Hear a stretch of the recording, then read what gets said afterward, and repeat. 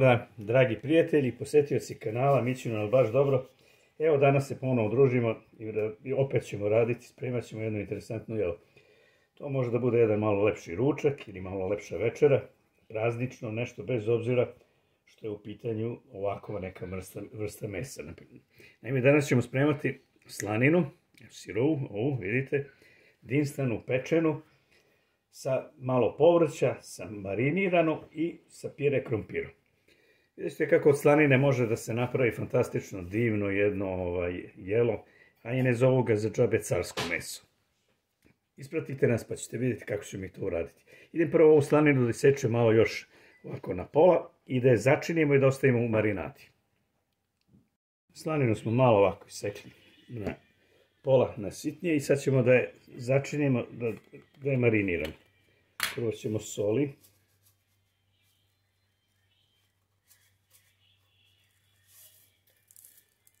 Stavit ćemo bibera.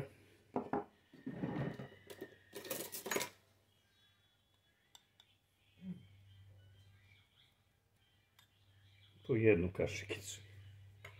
To je sve relativno. Stavit ćemo belog luka, ovako, 3-4 čena, malo krupnije seckano. Stavit ćemo sada soja sosa, jedno 3/4, polovinu čaše, i 2 kašike kečapa,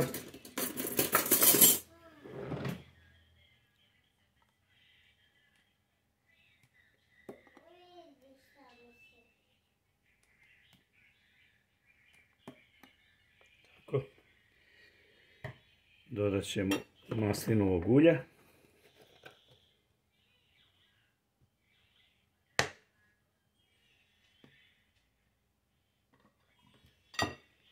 sad ćemo to sve izmešati i ostaviti jedno sat, dva u frižideru.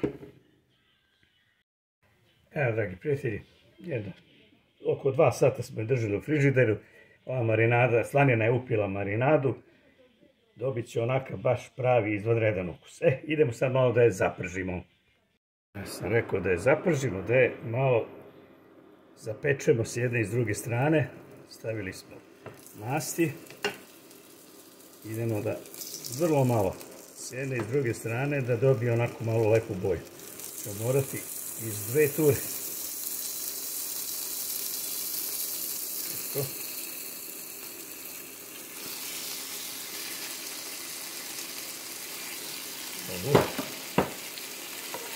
Ovo će biti fantastično.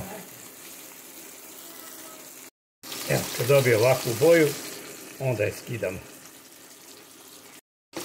Evo, slaninu smo ispekli, doveli smo je do ove boje koje smo hteli, sad ovo skidamo, idemo da dinstamo luk.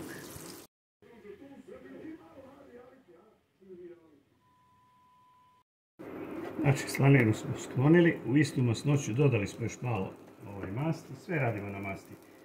Dodajemo, stavljamo crni luk i pola praziluka korena, 2 glavice ovako srednje, crnog i ovo. I sad idemo malo da prodinstamo.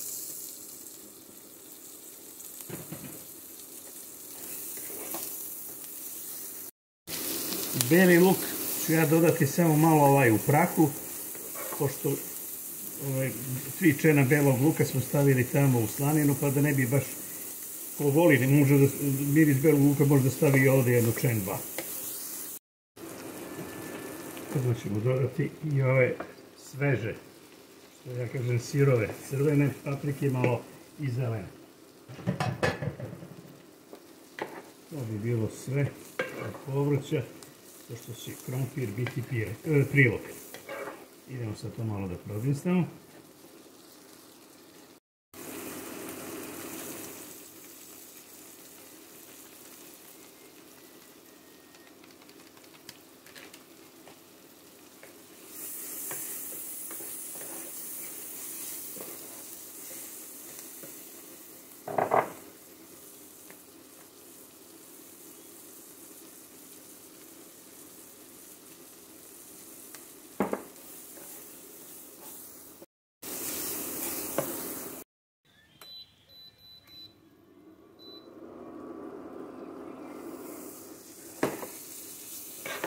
Malo uvijek dodajte vode, ako treba. I sad vraćamo, lepo se izdistalo, vraćamo slaninu. I sad ćemo dodati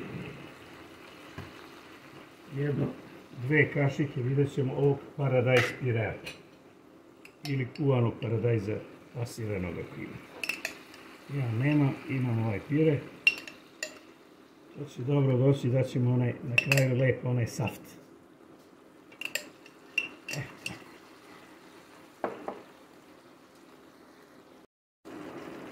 Evo, stavili smo sad i paradajz, ovo je sad finale. Sad možete podliti pivom, pirećom, nekom supom. Ja ću, pošto sam dao paradajz pire, sada samo s običnom vodom. Malo da podlijem i da ostavim da se to prodista jedno 20 minuta.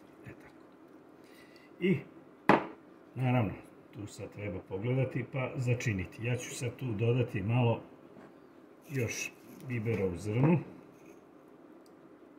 par komada, lorbera,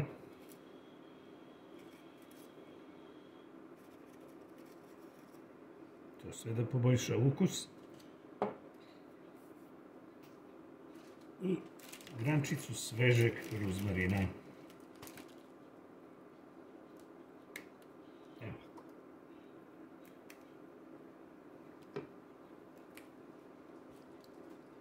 I to ćemo sada poklopiti i jedno 20 minuta pustiti ovako da se dinste. Ja ću staviti još jednu ovako ovu suvu ljutu papričicu. Pošto nisam stavio ništa ljuto, evo nju malo. Pogledajte kako to lepo krčka. Carsko meso, carski ručak ili carska večera.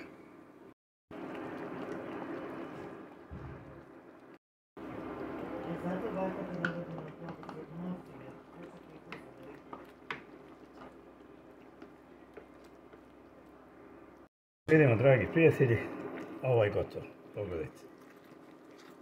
Au, koji saft. Sad ćemo ovo da sklonimo i da spremimo krompir. Sam rekao, evo, krompir smo obarili, stavit ćemo dok je ovako vruć malo putera, malo soli, pošto smo ga već solili, i suvog začina. I naravno, preko toga ćemo posle staviti mirođiju, sad samo da ovo promešamo. Dragi prijatelji, gotovo je. Pogledajte. Znači, slanina, pogledajte, dinstana, u ovom predivnom saftu. I ja sam kao prilog stavio ovaj bareni krompir, malo ga samo začinio putera, malo soli, mirođije i bibera. Izvanredan prilog uz ovo. Pogledajte ovaj recept, probajte da ga napravite, jednostavan je, a verujte mi, od slanine može da se napravi jedna svečana večera ili ručak. Puno pozdrava s kanala, mi ćemo baš dobro.